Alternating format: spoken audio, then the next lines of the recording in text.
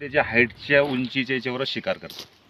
2 ते 3 फुटाची उंचीची शिकार करतात. लहान मुलांना सांभाळायचं. बरं सर, पाणी भरणार जे आता जात आहे शेतकरी, समजा रात्रीच्या तुम्ही वेळेस, गाणं लावलं समजा तर कदाचित, त्याला बचाव करण्यासाठी काय काय उपाययोजना करावं लागेल? त्याच्या उपाययोजना हेच आहे आपल्याला का बाबा आपण वाफाला हे करतो तर चालतं फिरतं थोडंसं खकारणं किंवा दांगडू करणं, हा हुकल, म्हणजे जेणेकरून त्या माणसाला हे होऊन जाईल, त्या बिबट्याला आभास होईल का कोणीतरी मनुष्य येतोय, तो आपली जागा चेंज करून टाकतो. तो काही तर कोणी माणसाचा भास होतोय बा, किंवा मोबाईलवरती गाणे लावणे. मोबाईलवरती गाणे लावलं त्याला असं वाटतं की कोणी एकपेक्षा 2 तरी माणसं जास्त आहे. भजन वगैरे कीर्तन लावतात, जसं की 4-5 माणसाचा आवाज येतो ना त्या भजन गाण्यामध्ये, तर असं वाटतं की ते 4-5 माणसं येतो, तो आपली जागा दिशा चेंज करून घेतो. तो तर शक्यतो आपल्या जनावर याच्यावर अटॅक माणसावर करतच नाही तो, कारण तिची शिकार मी तुम्हाला पहिलेच बोललो की ते 2 ते 3 फुटाच्या अंतरावरती तिची शिकार राहते. कदाचित त्याला अटॅक कधी होतो का माणूस चुपचाप बसलेला आहे आणि खाली वाकून काम करतोय, वाकून त्याला असं वाटतं काहीतरी शिकार आहे किंवा कुत्रा आहे. 4 पायाची शिकार आहे ना तिची. 2 पायावर कधीच शिकार करणार नाही बिबट. 2 पायावर उंच जनावर असला कधीच नाही. एखादा बैलावर जेव्हा होतो ना अटॅक, तो बसलेला राहतो आणि झोपेल राहतो. त्यावेळेस तो पाठीमागून येऊन फाटका मारतो, जसं वळला जनावर का तो नरडा धरतो, आणि नरडा धरल्यानंतर काय होतं का त्याला रक्तच निघतो. तर हे रुमाल जे उपरणं मी म्हणलं, जसं का रात्रीच्या वेळेस तुमचं उपरणं द्या इकडं, तसं हा उपरणं आपण गळ्यात असं करून बांधतो, फक्त असं टाकतो. कदाचित समजा आपल्यावरती हल्ला झाला आणि त्यानं धरलं तर त्याची जबान इतकी सेन्सिटिव्ह राहते का तो लगेच सोडून देणार. वास येईल का त्याला?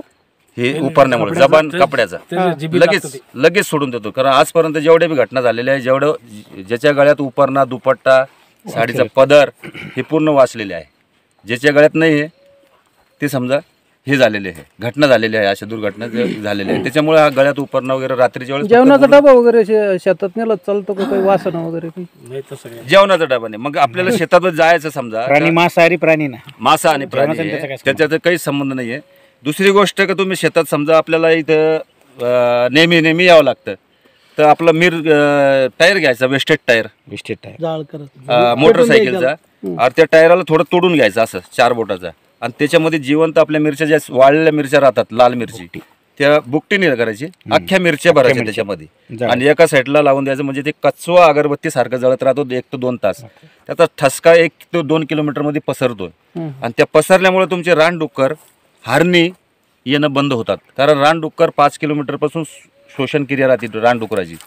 म्हणजे आपण काहीतरी मक्का पेरले, काहीतरी पेरलं समजा, त्या वासाने ते रानडुकरं येतात, आणि रानडुकरामुळे काय होतं, हा पाठीमागं त्यांच्या शिकारीसाठी येतो, खाद्यासाठी. त्यांच्या रानडुक्कर किंवा कुत्रे, भटकी कुत्रे यांच्यासाठी हा शिकारीसाठी येतो, आणि त्याच्यामुळे तो जवळ येतो.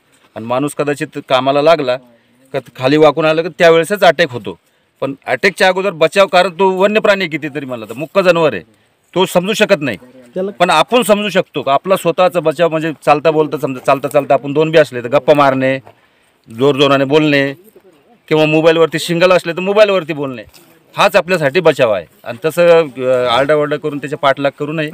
दिसलं ताबडतोब त्याच वेळेस कळवायचं की बाबा अशी घटना झालेली आहे, आपल्या इकडे कधी वन्य प्राण्याची काही शिकार झाली, त्याच वेळेस आम्हाला तात्काळ सांगा. त्यावेळेस आपण ट्रॅप कॅमेरे वगैरे काहीतरी असे लावू शकतो. कारण पिंजरा लावले शक्य राहत नाही, कारण पिंजरा लावल्यानंतर नागपूरला त्याचा प्रस्ताव पाठवावा लागतं, आणि नागपूरला पाठवल्यानंतर तिथून जेव्हा परमिशन येईल, त्या ठिकाणी काय घटना झाल्या याच्यावर विचार केला जातो शासनाचा, आणि त्यावेळेसच ते आपल्याला परमिशन देतात. परमिशन दिलं तरी ते जोपर्यंत पिंजरा त्या ठिकाणी ठेवलेला आहे, शेतकरीला वावरता येत नाही, काम करता येत नाही. 1 किलोमीटरच्या अंतरापर्यंत तिथं मनुष्याला जाता येत नाही. आणि पिंजरा लावला आणि कदाचित त्या ठिकाणी काही घटना झाली, कारण पिंजरा लावताना आम्ही पूर्ण गावात दौंडी वगैरे याच्यामुळे सांगतो का त्या ठिकाणी क्षेत्रामध्ये पिंजरा लावलेला आहे, जाऊ नये. जेणेकरून काही घटना झाली तर शासन जिम्मेदार राहत नाही. त्याच्यासाठी पिंजऱ्याचा आपण हेच नाही विषय करायचा, फक्त आपला बचाव, चालतं पुरतं बोलणं करणे, हेच आपलं. अधिक काळ एका जागेवर नाही राहू शकत तो, त्याच्यामुळे चिंता करण्याचं कारण कारण आपलं एवढं क्षेत्र असं ऊसाचं इथं नाही, कारण तो टाकळी भाग, हातनूर भाग ह्या भागाला जिथं पाण्याचं जास्त क्षेत्र आहे बाजूला, त्या ठिकाणी खाली होती याच्या अगोदर. इथं काय केळीची बाग नाही, इथं काय जास्त ऊस नाही. 3 किलोमीटर में आदमी भी नहीं आ सकते. वही पता है ना, टायर नसतील